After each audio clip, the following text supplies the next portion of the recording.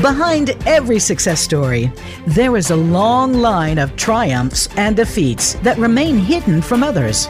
These stories get condensed into journeys that minimize the struggle and wrap up with a happy ending.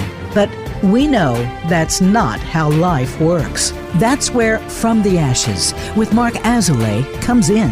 On today's show, you'll hear honest conversations about the challenges that Mark's guest faced and how they overcame adversity. Now, here is your host, Mark Azoulay. Welcome back to From the Ashes. I'm your host, Mark Azoulay, and I'm sitting here with a return guest, Eliot Andre. Hello, everybody. So glad to be back. Yeah, I'm really happy to have you back and to talk about our topic. So for those of you that were longtime listeners, Eliot was episode number 2. You were my second episode called Practicing Perseverance, where you talked about studying abroad, about being humbled by being overseas, and about how you brought that into your work as a recreational therapist and relationship coach. But today, we're going to expand on a different part of you, another part of you, which is being polyamorous. And we were talking about before, about how this can be kind of like a primer, like a 101 on polyamory. You talk from your experience, from what you work with other people. For those of you listening, I'm fairly monogamous, although Eliot might convince me differently throughout the course of this episode. But I think it'd be kind of cool to have a discussion around two sides of the same coin and talk about this thing that is, I think, really like emerging in our current culture, that it's getting a lot more attention. I used to be really fringe or even, shamed and looked down upon, but at least in progressive areas like where we live in Boulder, Colorado, it's very out in the open. What do you think about that, Eliot? I couldn't agree more with you, Mark. There has been a very nice and humbling experience for many people who identify as polyamorous or non-monogamous in Colorado and in other places. It's been very nice to feel like we're not stigmatized. We're based on our relationship choices and are becoming more of a topic of most households in regards of what this looks like. I mean, we've taken lots of steps. They just, over the last year, even in Boston, I can't remember where in Boston, but actually by law now, people can get married to partners in a polyamorous relationship now. And it's not seen as traditional polygamy. So to me, in regards of the lifestyle and how I live, that's a huge win to see that a state like Boston, which I assume, in my brain is, goes on some conservative, but is a little bit liberal, is by law made that happen here. So I'm feeling really good about it. Yeah, that's pretty big. I didn't know that so you can marry like multiple people. Yes, you can. And it's not considered polygamy. It's actually, it's its own sect of polyamorous relationship partnerships that you can bind by law now. And, I can't remember where in Boston it is, but it's in a small town. Very cool. So that's pretty a good place to start. Can you talk a little bit about the difference between polygamy and polyamory? Yes, and where that comes from? Yeah, sure. So polygamy in lots of cultures has been something that has been practiced and still is today. It's the idea that a man can marry multiple wives, not the other way around at all whatsoever. It's actually, unfortunately, I think in lots of ways, part of the negativity that's seen towards polygamy, because we're in this day and age of like women empowerment and making sure that people are seen and heard and have choice. But in lots of ways, it's still very old school or pre-colonial times in lots of ways.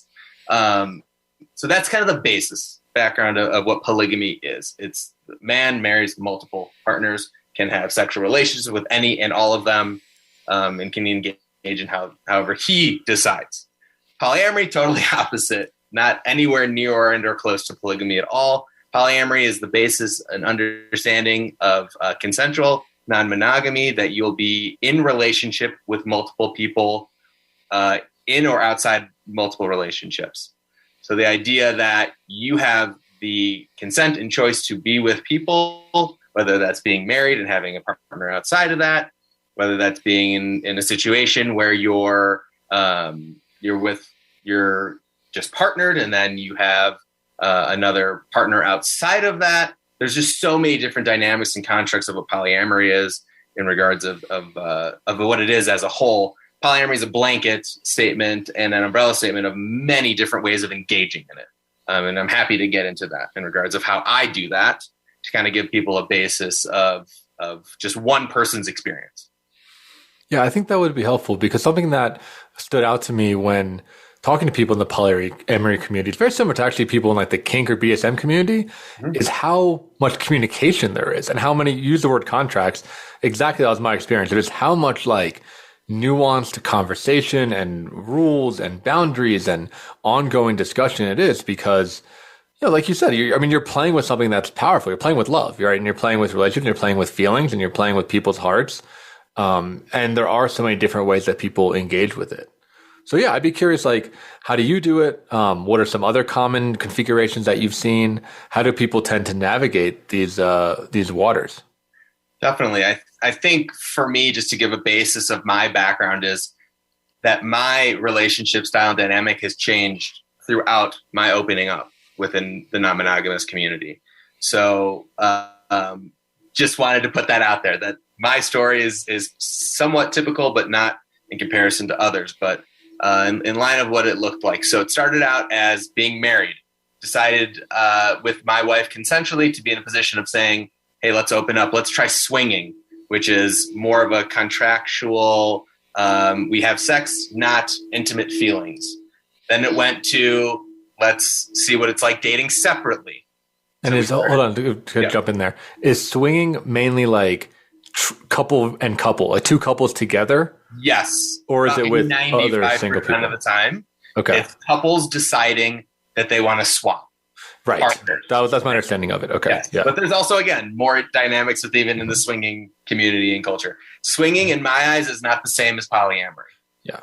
Because of the essence of being able to love and have feelings and be in partnership with someone rather than a kind of a transactional more approach to, we have intimate relationships and then we part ways or we continue, but there is this kind of rule or regulation or boundary around emotional intimacy that does not cross that line. Mm-hmm. Okay, so we decided to start dating separately, which went horribly for me because I wasn't able to be in a position to allow myself to do that. Lauren was doing her thing and having fun and connecting with people. Then I got to the place where then I decided to do that as well. So we were both dating separately, but also still together, married. That hasn't changed at all throughout the course. And then we started to find ourselves trying to navigate how we can have even deeper, more enmeshed relationships with other people. So fast forward to now, in regards of where I'm at, is that I have two primary relationships and I'm at a hinge of that. So I have my wife, and then I have a partner that I'm committed to long-term that I have a lot of enmeshment with that would be similar and or comparison to a marriage, but not the legal binding contract of what that looks like. Mm-hmm. I still also go and hang out and pursue other relationships as well outside of this V or hinged relationship. Lauren also does the same, as well as Jessica. Mm-hmm. So that's where we're at now in regards of how we're navigating the situations. I have a woman that I've been seeing named Amanda that's considered in some ways in the hierarchy of things like a third, and she likes to be referred to as a third because she's doesn't have any other partnership and she's okay with that and she likes that. And then also just dating here and there in regards of just meeting people in the cosmos of fun. So that's kind of where I'm at in my journey at the moment. So I hope that was a good definition of how kind of I do it versus how maybe other people may. But again, in regards of what it looks like, there is no set rule. There is no set regulation around how we are polyamorous. It looks different to every and anybody that's involved in it. Yeah, I think that's the main thing, is that it's very fluid. It's a very like dynamic mode, right?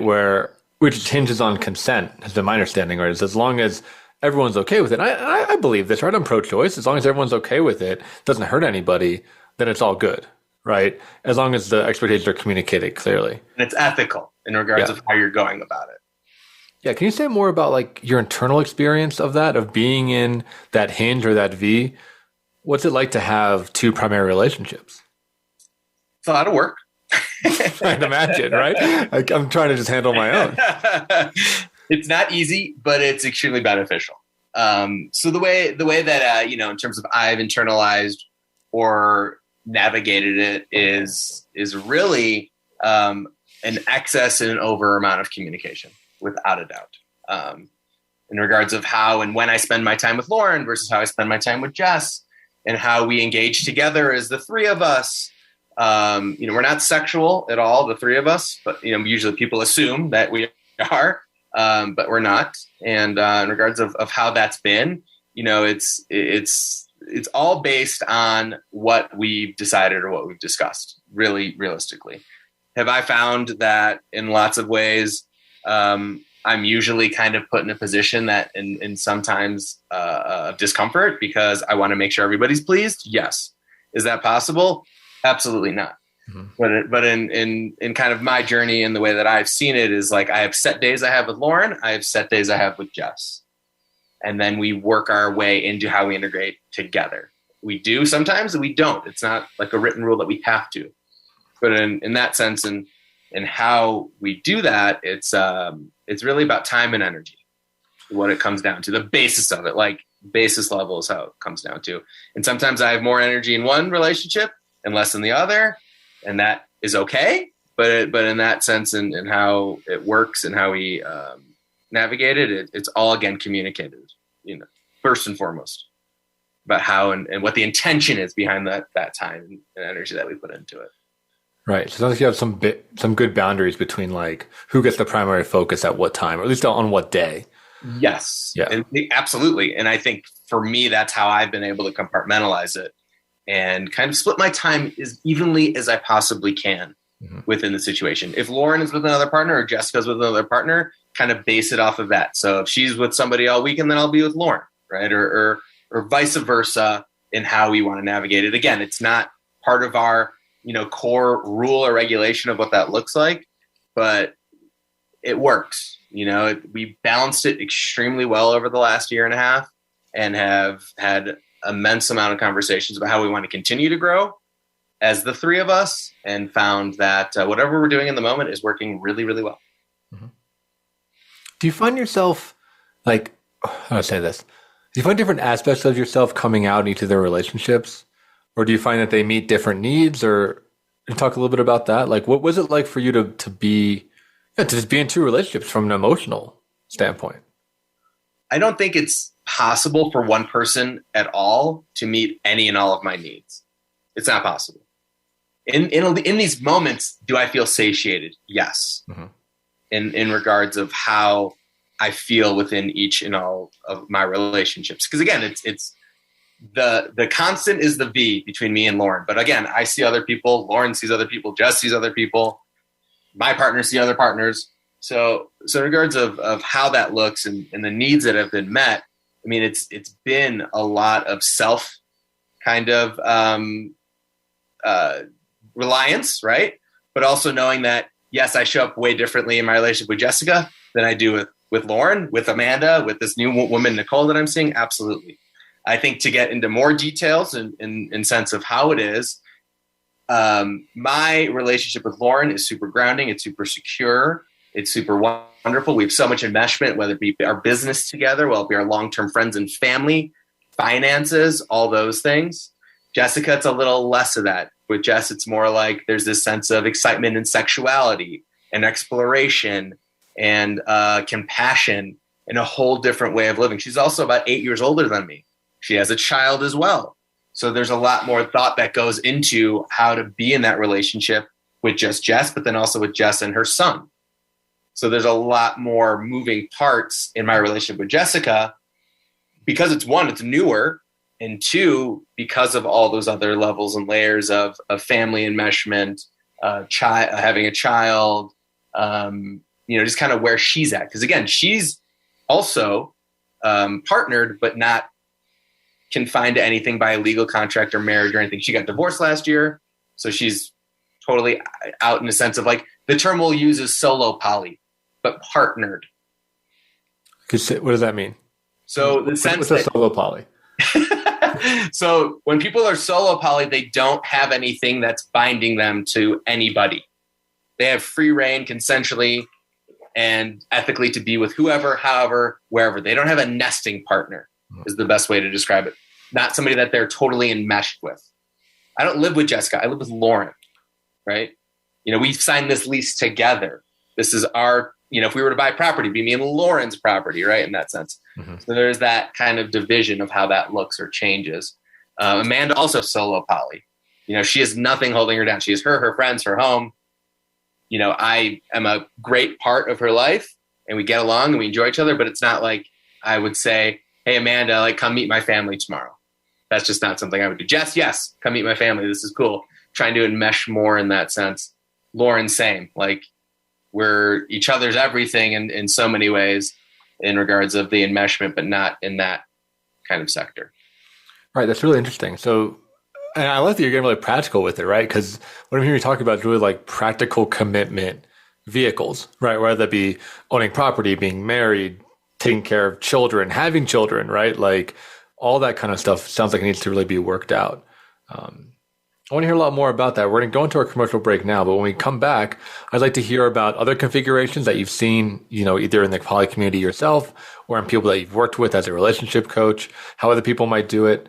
And then, we can get into some difference between monogamy and polyamory. Because when I hear that, I understand it. And of course I respect it. That being said, it's so foreign to me just as a human, right? It's like, whoa, that's like a lot. It's like a lot to deal with. So I'd love to hear, kind of do a compare and contrast. But first, let's go to our commercial break. If you're listening, stay tuned and we'll get more into the weeds when we come back.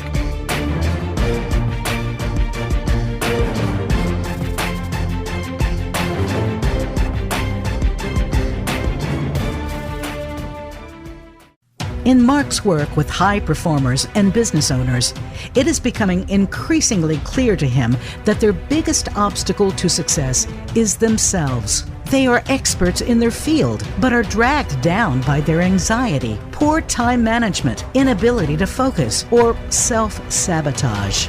His role is to help you overcome these emotional and organizational issues so that you can truly excel in your business and your personal life. One of the most common hurdles that he sees is perfectionism, a crippling anxiety around performance. It's a fear of not being good enough, being publicly embarrassed, or of disappointing others. These fears paralyze brilliant people and bring them to their knees. This course will help you to break free from this mental prison and have more agency in your world. In this online course, we will break down the prison of perfectionism so that you can break out of it. For more information and to sign up, visit mark-azulay.teachable.com. That's Mark, MARC-Azulay, AZOULAY.teachable.com.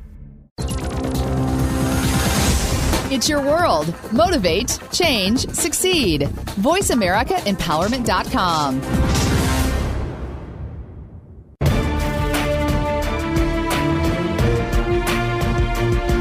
You are listening to From the Ashes with Mark Azulay.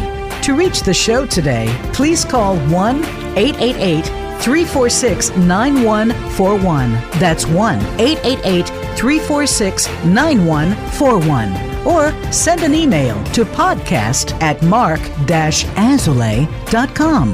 Now, back to From the Ashes. Welcome back to our Polyamory 101 lesson and discussion with Eliot Andre. Thanks so much for doing this, Eliot. I think it's really helpful. It's helping me kind of get a grasp on this whole world, and I imagine it's helping our listeners see if there's something they want to look into or even what their next steps might be. Maybe they have these feelings that they want to explore. We were talking over the break that I think it would be helpful to kick it off with some other configuration. You talked about the V or the hinge, the thing that you're in with Lauren and with Jess. But what are some other things that you see in the community or in some of the people that you work with as a relationship coach? Definitely. So to talk about other polyamorous dynamics could take eons because there are so many different constructs.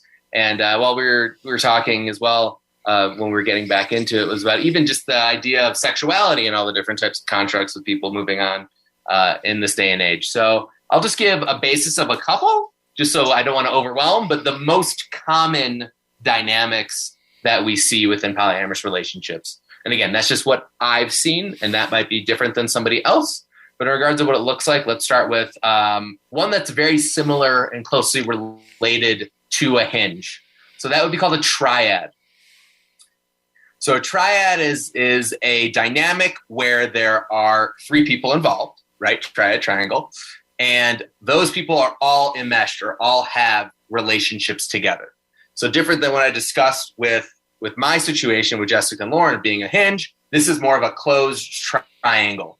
So those people have more enmeshment. They have sexual relations and intimacy together. They also allow others in, but in regards of how they do that, it's with everybody's consent and an understanding of how that's going to happen. After that, there's one called a quad, which is similar, right? Opening it up bigger. So rather than just three people involved, whether that be male, female, or female, male, male, this is a sense where there's two different types of couples. So two people who are partnered, married, or what have you, dating or enmeshed with another couple. So again, whether it be male, female, or whoever, just anybody involved within a quad. So four people involved. So like two couples coming together. And would that look like, when we talk about enmeshment, would that look like they practically, right, like are all on the lease to a home, right? Or they all share a mortgage? Or they're all married to each other? Yeah, if it's a closed quad, yes. There's an open quad, then there's a closed quad. There's an open triad, then there's a closed triad. Mm-hmm. So in the sense of what the difference between like an open and a closed dynamic would be within a quad closed quad would be like those people just are with each other. And if they're going to make a decision, it's the hive mind. They're all going to come to that together. If it's open, then there's still consent in regards of how and what and how people engage. But a quad usually, for what I've seen, if they're going to be intimate with somebody else, for instance, it's going to be with another couple that the quad says, okay, that's great. Let's do this. Right. Okay. That makes sense. Yep. Mm-hmm. Yep. And then there's there's what I like to call the Z or the N type. And that's when there's three people that are enmeshed and then one person who kind of comes in. So similar kind of concept to a triad, but then with adding a fourth. And that person usually is solo poly in regards of how they engage, or just non-monogamous, whatever. But still decided in some ways how they all intersect or engage, but everybody has a different kind of opening to see where they want to start. Because again, this N or Z could potentially become a quad, or it could become a quad, or it could become a triad, just depending on how people want to navigate that. So those are, I'd say, the 3 to 4 basic kind of ways that I've seen how people engage in polyamorous configurations in relationships. Yeah, something that I've seen that I'd be curious what your thoughts are is like that open and closed dichotomy, right? So I've known some couples that are polyamorous, and I think actually you kind of do both, right? But some couples will just have the same people that will keep coming around as like the add-ons, right? And they're like a little bit closer, but they're not, married, and they don't have a lot of the enmeshment they talked about. But it's the same characters. And then there's some other couples where it's only like random people, right? It's only one night stands, or it's only like a dating app connection. Like it's only casual type of relationships, and there's even less enmeshment. And it's preferred that there isn't that much repeat, right? That it's almost constantly new types of people that are getting brought in. What are your thoughts on that? It's case by case and whatever fits people's fancy. My non-monogamous polyamorous journey has changed, like I said, from explaining so much within the last 3-4 years. One day I could wake up and say, hey, Lauren, let's talk about this. Hey, Jess, what do you think about this? I'll give you an example. So I just started opening myself up to dating again after committing to a hinged relationship in the last 2 to 3 months. Before then, even thinking about dating or getting on an app or meeting somebody new just felt so overwhelmingly too much for me. I had no energy in my cup, even for myself in these moments. My friendships, I had my relationship with Lauren and Jess, I had my relationship with Jess, I had my relationship with Lauren, I had my relationship with my family. I mean, in that year and a half, I did feel like I was particularly able, or it was tangible to even try to engage differently. As Lauren starts to see other people, as Jess starts to see other people, I tend to be in a position to be like, okay, I would like that too. Going on a first date is wonderful. You can tell your story. You can get to know somebody. You can open yourself up even further to growth based on different dynamics. And I think that's where I found in these moments that I wanted that I felt like I wanted to pursue. And yeah, I did it. And I felt like opening up again, as these other people in my life are starting to engage differently. And it felt really nice. There's been some bumps along the road. And in hindsight, I wouldn't change it for the world. I've been able to meet and explore different parts of me with other people that I never thought I would ever, within the last 3 months, which has felt incredible. Because again, I don't want to say I felt complacent within my own, polyamory and monogamy in these moments with being so kind of closed off to connecting with other people over the last year or whatever. But it's been so humbling to kind of recognize and remember that because of the way that I live, or because of the way that people in my life live, and the people that I'm engaged with and want to be partnered with and exploring with are so open to it, it's made it so much more comfortable. I don't think I would have, I don't think that's possible to get any other way at this point. Yeah, I think that's really critical. It's like the lack of shame, right? And the lack of, the construct, or the lack of expectations, and knowing that you can negotiate anything, right? Like you can communicate anything. And the expectation is that you will actually, right? That everyone's an adult and you can make the rules. Yeah, we can make the rules, we can make the regulations, we can make the boundaries. I mean, I think there's differences between rules and boundaries in regards to what that looks like, because, rules are meant to be broken. I mean, we're human. We're just going to do that. I try to always kind of show up in a space of, this is what my boundary is. So for instance, like if somebody is going to engage with another person, my boundary is, I would like to know what their sexual history is for the safety of other people around me. What that looks like. The other boundary might be like, okay, so if you're going to engage in that, how do we have the conversation around what's comfortable for me, what's comfortable for you, and then coming to some sort of conclusion or compromise. Because again, if we can work through that, I think it's a little bit more beneficial than saying, if you break a rule, that's going to hurt me. Because again, they're meant to be broken. I mean, it's just what it is. And when people are hurt and when jealousy comes up, people try to avoid that, even if you're non-monogamous or monogamous. But people are kind of scared of that essence of jealousy and what that looks like. And I know that in our culture, being jealous and experiencing jealousy is something that we're very afraid of being a part of.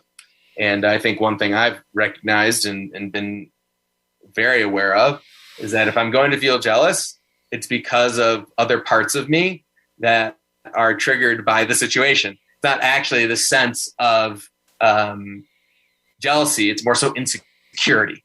And I think that's one thing that we kind of forget about as we manage to be in these relationships with multiple people. Yeah, that's a really interesting topic, because I think it's 100% true what you're saying. I think we're talking about jealousy as far as relationship jealousy specifically, right? Not so much like professional jealousy or work jealousy or coveting, like the new car or whatever. But like we're talking about relationship jealousy, right? The person's going to like cheat on you, leave you. 100% that's insecurity, right? 100% that's insecurity. That's thinking that like the jealous person is not good enough to stay in a relationship, to be lovable, to be accepted, to be wanted or desired. And I just see that show up in so many relationships as something that is just ever present. What was your journey like around jealousy? Like, would you say, were you a jealous person? Did you have to get over it? What helped you? Did you not have that? Like, how did you deal with that? I didn't deal with it well at first. I can tell you that much. Jealousy for me is something that it stems from, and I know 100% of the time, is insecurity. Because anytime I feel jealous, I go to a place of like a younger part of myself where I'm too much, or I'm not enough, or I'm needy or disrespectful around, things that people say or bring up and poke at people and try to get a rise out of them. It's been a lot to take in, and it's something that I've realized, I'm not, we say that people are jealous, right? You're a jealous person, but really realistically, I frame it in a way that I'm a person who has felt jealousy through many of things in my life based on my own insecurities. So it's taken a lot of energy and time to kind of realize what that looks like based on my own expectations, my own experiences, and my own ideal or fantasy of what a dynamic looks like. So Lauren and I open up. She starts seeing a guy. She has sex with that guy. Does not have sex with me that day or that night. And for me, that's like, oh my God, that's not going to happen anymore. I jumped to that conclusion of the worst case scenario that could ever happen. And it doesn't mean anything. My brain said that back then, intimacy meant connection. And it does in lots of ways, but it doesn't mean everything. It doesn't mean everything or anything around what that looks like. If you're not having that, doesn't mean anything other than you're just not experiencing sex in this moment. And that's what I've realized. And that's been really helpful for me in my jealousy of just being able to own those situations and realize what the fact is around it, rather than putting all my eggs into a basket of if I'm not getting what this other person is giving my partner, then life is over. It's been more of the sense of, let's really think about what that means in regards of what that looks like. Yeah, I think that comes up a lot, right? Because if someone's having sex with somebody else, the fear is that they're going to be better, right? They're going to be better than I am, right? And that, my partner's going to prefer them. And in the moment, either they're going to, either one, they're just going to leave me and go with that individual, or they're going to be comparing me to them and I'm going to come up unfavorably, right? Or they're going to, like you said, they're going to start having sex with that person more than with me. I'm going to lose something. There is that big sense of insecurity and fear of not measuring up, or, if I can't provide, we'll say sexual pleasure, right? In this case, then it's like, what good am I? Like, what else am I not providing? I think it can create like a hole there and like a fear there. Yeah. Comparison is something that we always constantly do no matter what. And within these dynamics, it's even more so amped up. I like to say to myself, I own it myself, and I say it to clients and people that I know, non-monogamy is ultimately insecure. It is. In regards of how it is. Polyamory is insecure. Anything that's outside of the normal construct of what we consider relationships, intimate or not, is insecure. And that brings up a really big topic. I'm trying to find myself being in a place of compersion. So that's a term that we use to not compare ourselves, but enmesh ourselves with our other partner's relationships and be happy for them, be excited for them. I think for me, that's been really beneficial to kind of recognize how my compersion has allowed me to be less jealous or less insecure, because I see it in regards to what it looks like that, for instance, Jessica is with somebody who she really likes, cares for, is told she's loved and really appreciated. And I have all the compersion for her after I got through the jealousy. I'm like, that's amazing. I'm so glad you can love somebody else and somebody else can treat you well. I want that for you. I see that. I want to be able to then do that for other people, because I realize how happy that makes me to see you good, to see you loved, to see you cared for. Same with Lauren, same with anybody else that I've been with, getting through some of that insecurity and jealousy. It's been a really beautiful thing to just relate to that and engage in it in a way that's super meaningful. Yeah. I think that's a level of development or enlightenment there, right? Like, I'm just putting myself in a situation. I think I'd have to do a lot of therapy, right, to get over that. I think if I was hearing from my partner about like a fantastic date that she went on with another guy and how like incredible it was and how meaningful it was and like the sex they had afterwards, I think I'd be crawling out of my skin, quite frankly, right? And I don't know what that is, because she will talk about like, she goes out and hangs out with her friends. And I love that. Like, I can feel the compersion with that. Like, I obviously want her to have friends and have hobbies and have connections and like all that kind of stuff. But there's something about it turning sexual that feels threatening. Yeah, sex is scary, man, in regards of how it looks. Again, we're ultimately insecure within these relationships and in myself. And I hear her, or I hear Jess, or I hear Lauren, I hear Amanda, or whoever having sex with somebody else. And yeah, at first I'm like, ugh. But then I'm like, you know what? Our sex is our sex, and our sex is fucking great, right? And it's whatever that looks like. I don't need to be in a position of comparing it to the next person, because it's different. Mm-hmm. It's lovely in its own way, and I think compartmentalizing that has been very helpful for me. Mm-hmm. Yeah. Like, it's not better or worse. It's just different, right? Yeah. And it's unique between two people. I think that's true. Yeah.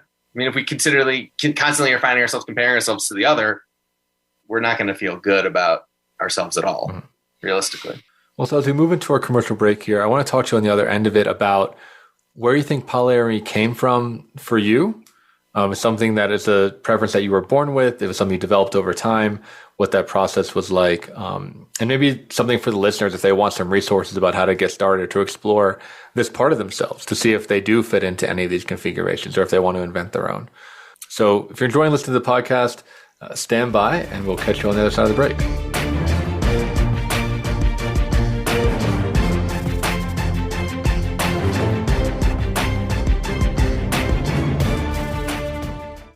In Mark's work with high performers and business owners, it is becoming increasingly clear to him that their biggest obstacle to success is themselves. They are experts in their field, but are dragged down by their anxiety, poor time management, inability to focus, or self-sabotage. His role is to help you overcome these emotional and organizational issues so that you can truly excel in your business and your personal life. One of the most common hurdles that he sees is perfectionism, a crippling anxiety around performance. It's a fear of not being good enough, being publicly embarrassed, or of disappointing others. These fears paralyze brilliant people and bring them to their knees. This course will help you to break free from this mental prison and have more agency in your world. In this online course, we will break down the prison of perfectionism so that you can break out of it. For more information and to sign up, visit mark-azulay.teachable.com. That's Mark, MARC-Azulay, AZOULAY.teachable.com. It's your world. Motivate, change, succeed. VoiceAmericaEmpowerment.com.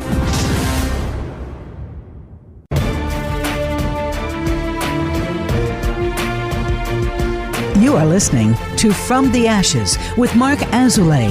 To reach the show today, please call 1-888-346-9141. That's 1-888-346-9141. Or send an email to podcast@mark-azulay.com. Now, back to From the Ashes. Welcome back to our final segment here with Eliot Andre talking about polyamory and going through his journey, learning about different configurations, different ways to set up the contracts. It's been really informative so far. I mean, I really want to say on air, I think you know this, but I want to say it to the listeners that I'm always in awe and impressed about how open you are about this and how you seem to be so confident about talking about sex or talking about relationships. It's something that, I've certainly struggled with. I know a lot of people struggle with. We don't get a lot of training as a culture, but it's clear just how calm you are, and how you can really take it in stride and try to really examine some of these things. I appreciate you saying that, man. It's been a journey, but it's also something that I think if I can give a voice to myself and others around their experience, their sexuality, their relationship dynamic, just be really helpful to destigmatize it. And that's the biggest part of polyamory for me, is how we can make this a mainstream thing of culture and allow people to really live their most authentic lives and appreciate all and anything that they can from what that looks like. Because again, it's not easy, but if you can do it and you can do it well with the support of therapy, books, people around who are also doing it, I want to be a voice for those people. Mm-hmm. I think that's awesome. And I think we align on that of like letting people to become the best version of themselves and to explore different dynamics of who they are and express that. I think that's a great segue into our topic. The question I have for you is, how do I say this? I'll just say, where's polyamory come from? But I guess this is such a big topic. I think of like the conversations ongoing around like sexuality and gender and trans rights and all the different, LGBTQ plus, terms that are coming out. Is it something that you believe? And again, I don't think we know, so I want to preface it with that. I think this is all just conjecture from both of us. But do you believe that's something that people are born with? Is something that people, learn over time? Is something that people can train themselves or develop or explore if they're interested in? Like, What's like the internal process around that? Yeah. I mean, I think, I don't want to say I was born polyamorous, but I definitely was born open and explorative. And because of the way that I was raised and kind of the boxes that I was put in based on just my familial dynamic or just what society expected, was I wasn't able to explore that as much as I would have liked. I did it in phases, shall we say. So I can remember vividly really enjoying being naked, okay, for instance, right? And just being open and excited about that. And everybody's like, oh, put your clothes on. Be like, as a kid. And I'm like, why? What's the matter? People can look at me and enjoy this and be okay with it. And I think like just those kind of things or those types of experiences, just one being in general, was like that kind of changes you. So I was told as a child, hey, marriage, look at me and your mom, right? That's what my dad would say. Look at how we've created this family, this unit, this beautiful thing that not everybody gets to have. And I bought that. I said, oh yeah, that's what I want. That's what I need. So in sense of for me, I had some of these tendencies. So like for another example, I spent a lot of time with women and I didn't really have close male relationships because I didn't see that modeled. And I think a lot of people were like, oh, well, if he hangs out with a lot of women, he's this, and that. I was the only male on the cheerleading team, for instance. And everybody's like, oh, he's got to be gay. Like, there's no way he's not. I was like, no, I'm just exploring these other aspects and avenues of myself that I want to because I think this is fun. I like to sing. I like to act. I like to dance. I like to do all these things. And then, as we kind of moved forward, it was still that same kind of concept of like monogamy for me in these moments based on what I was taught was what was safe, what was comfortable, what was secure. So I found myself being in romantic monogamous relationships from 16 until I opened up because that's all I knew. I didn't know anything until I met Lauren and was in a place where I was like, I'm going to live my most authentic life and I want to be polyamorous. And my idea of polyamory was dating multiple people. And again, that's the dynamic and construct that I wanted. I was going to get coffee with one girl. I was going to have sex with another. I was going to go explore with one, getting those needs met that I always wanted to have from one person, from other people. And that felt unbelievable. That was the happiest I'd ever been from childhood till 22, shall we say. So I then kind of got back into the monogamous mindset when Lauren was like, I'm not going to have sex with you unless we're monogamous. And I said, you know what? Okay, let's get back to security. Mm-hmm. Let's come back in and let's enjoy that. So again, in kind of the spectrum of how it is, are we born with it? Are we not? Can we go in and out of it? Absolutely. I've known people that have been monogamous for 40 years and then decided to be non-monogamous. I've known people who wanted to be polyamorous from the first day they knew that they could be, and then now are monogamous. So it's totally a construct of how that looks like for everybody and how we navigate it. And society, I think, in a lot of ways. I mean, it's not easy to be polyamorous. Do I go around and tell people I am? Yes, because that's me. But is that for everybody? I have a friend who has a corporate job. He would never tell his bosses that he's not monogamous. It's similar to how I think people dealt with being bi or gay or lesbian or whatever many years ago, right? In regards of how that's now kind of a norm, or they decided that they wanted to identify and be non-binary or be trans, or like that's still coming to the essence of what's going on. So very spectrum, very interesting in regards of how we can kind of shift and navigate through the non-monogamous polyamorous communities, without a doubt. Yeah, that's interesting. It's a lot more dynamic is what I'm hearing. And it's something that I think moves as desires change. And it sounds like, at least for you, is that once you had some security with Lauren, and it sounds like Lauren needed that too, then you felt safe enough to open back up. Right. So there's like some level of like, okay, let's come back to center, let's reground, and then we can, go back and explore again. Yeah, I'll never forget it. I mean, I think the day I knew I was ready was when me and Lauren were together and we were at a party and this guy was very much so attracted to her and hitting on her. And she said, what would happen if I cheated on you? I said, I looked at her dead in the face. I said, we would talk about it. We'd make it work. I understand completely in that moment that I would be okay with her exploring and experiencing other things. Mm. That was that moment for that relationship. different for others, but in regards to what that looked like, that was how that happened. Right. And I'm hearing that to tie back in. It's like, that's overcome that insecurity, because you know that, like, I guess cheating is a freaking, even that word cheating, right? Is like, you're breaking the rules. That's like a crazy word. But I'm hearing that you felt like your relationship was strong enough with her that it wouldn't just get nuked if there was like an affair or cheating or another sexual connection. That you even in that moment, it sounds like you'd feel strong enough to have the conversation instead of just try to like blow it up. Yeah. If it happened, would I have felt potentially differently? Sure. But in hindsight, I think again, like you're saying, there was enough of that security to be like, you know what? It happens. It happens to what? What is the statistic now? 50% of all marriages end in divorce and or infidelity. Why not be open about that and do it and explore it rather than the opposite of having to end in this kind of catastrophic way? Doesn't make sense to me. Because if I were to do it again, I wouldn't get married. Honestly, I wouldn't. I would love to have a long-term partnership with Lauren, but not have the legal binding parts of it. Mm-hmm. I think we would still be just as strong, just as great if we didn't. And I think that with all the relationships that I have, I would love to have beautiful, long-term, amazing relationships. But me, even now for like a breakup now, depending on the situation, like you're saying, it's not nearly as overwhelming as it might have been, to be this or that or cheated on or whatever, just because, again, it's like, it makes sense. It makes sense why, because we can be so open about the lines of communication of what's not happening. I just was with a woman yesterday who I used to date for a year, and we hung out as friends. It was fine. It was great. It was magical. Good way to get back together and hang out. But like just telling her and kind of letting her know about how we started one way because of whatever transpired, and then the transition of it, definitely was a nice change of pace to just be like, yeah, we're here now, and now we're not. And there's hurt, of course, and insecurity and whatever, but it's okay.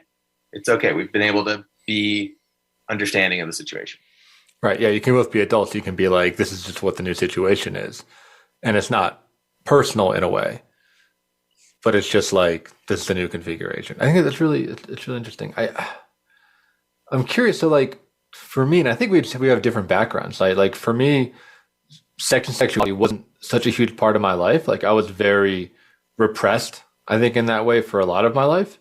And it wasn't, and I wouldn't feel confident with women. So like the idea of having like many women was like, overwhelmed, right? I'm like, I can't even like date one person. Like, what do you mean? Like I'm going to date like 2 or 3 people. And I'm not driven like in that same way. The interesting development is that like in the past year, I've noticed that my testosterone has been low, and that was probably true my whole life. So that brings like a really interesting like genetic component, or a biological at least component of like, oh, and now that that's balancing out, my sex drive is certainly increasing. So it's like, oh, well, what would it have been like if I had grown up with like, healthier testosterone? Would I have felt very different? And the answer is probably, right? Because especially, in men, it's like a huge mood correlate and, sex drive and all that. But yeah, like that being said, I was talking to my therapist about this actually this week of, as much as I like to be an adventurous individual, I think ever since getting sober too, I've really optimized for security and stability and safety. And building that foundation, whether that be through my business or my fitness or through my healthy habits or in relationship, like I'm still very much in that place of wanting safety and security. And I think monogamy is, like you said, is one construct that moves towards that. But it's inspiring to hear from you that like, once you get that safety and security, then there's more impulse to open up, or opening up doesn't feel as scary or doesn't feel as risky or doesn't bring up as much insecurity. Yeah. Again, to be frank, even with anything that's new within any of my relationships, whether it be a long-term, a short-term, or what have you, if it doesn't feel secure in those moments, it's not going to feel secure. And that's that.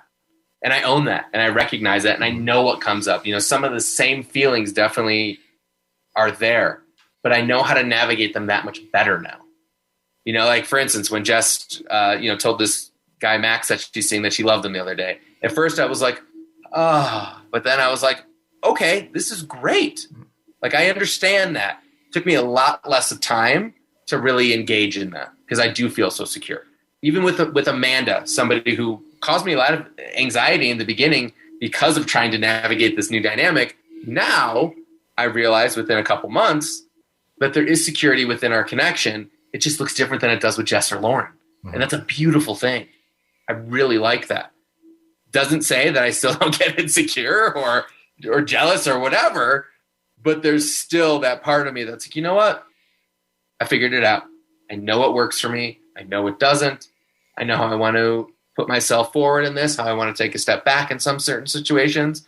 But knowing, like you said, there is that fluidity within all of it, of how we engage. Because again, tomorrow I could be like, you know what? I don't want to see anybody else. And I could do that. I could find myself being in a more, as we like to say in the community, polyfidelitous relationship, where it's just me and Lauren and Jess, or just me and Jess, whatever. That's totally plausible. Again, it just depends on where you're at, what you're needing, where your needs are, and all those types of things. So it's extremely fluid. And again, I think there is a part of monogamy that is fluid, but still stays in the construct of security. Right. Well, so as we're coming to the end of our episode here, I'm curious if you have any resources for the listeners, places they might go, things they might think about, maybe books, anything to help them explore if they've been inspired by this episode. Where would you encourage them to start? Well, it depends on where they are in their journey. So if we're talking about somebody just opening up their relationship, there is 2 resources I would definitely let people know. So there is one called Getting Off the Relationship Escalator. And then the other one is called Opening Up, a guide to creating and sustaining open relationships. Those are the 2 places I would start if people like literature.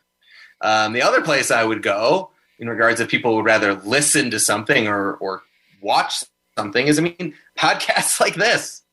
Places where people can find others talking about non-monogamy openly, without a doubt. It was most beneficial for me in those moments to really see and be validated that other people like me are doing the same thing. Mm-hmm. And I couldn't get that from reading a book personally. But being in that space and going to meetups and going to places where other people were open was so beneficial. Because again, everybody's story is different, but everybody has valid facts and things and experiences to express, without a doubt. Yeah, that's great. I think it really does harken back to like the LGBTQ journey of coming out, right? Of like finding other people that identify similarly and say like, look, these people not just surviving, but they're thriving, and they're just normal people, for lack of a better term, right? There's nothing deviant or taboo or bad about them at all. They're just normal people living their lives, and they just happen to make a different decision around their relationships, right? But it doesn't mean that they're like better or worse. It can be really helpful. So in our final segment here, Eliot, can you tell people where to find you, the type of services you might offer? Where do you exist on the internet? Absolutely. So you can find me at my business website. It's connectedroots.net. Me and my wife, Lauren, offer open relationship coaching for those who would be interested in approaching the topic of just opening up. I also work with people individually in that sense, with where they are in their opening up kind of journey. You can find us at Connected Roots Therapy on Instagram, and all the podcasts that I've done. You can just type my name on the internet, Eliot Andre, and you will see the podcasts I have done talking about non-monogamy. There are many, so definitely take a look there. You're very prolific. Well, awesome. It's so great to have you on this show. Thanks for listeners for tuning in. If you found this helpful, giving us a review, liking us on social media, doing all that stuff really helps to get the word out to people that might be struggling with these issues or, wanting to open up their relationship. So thanks for tuning in, and we will see you next week on another episode of From the Ashes.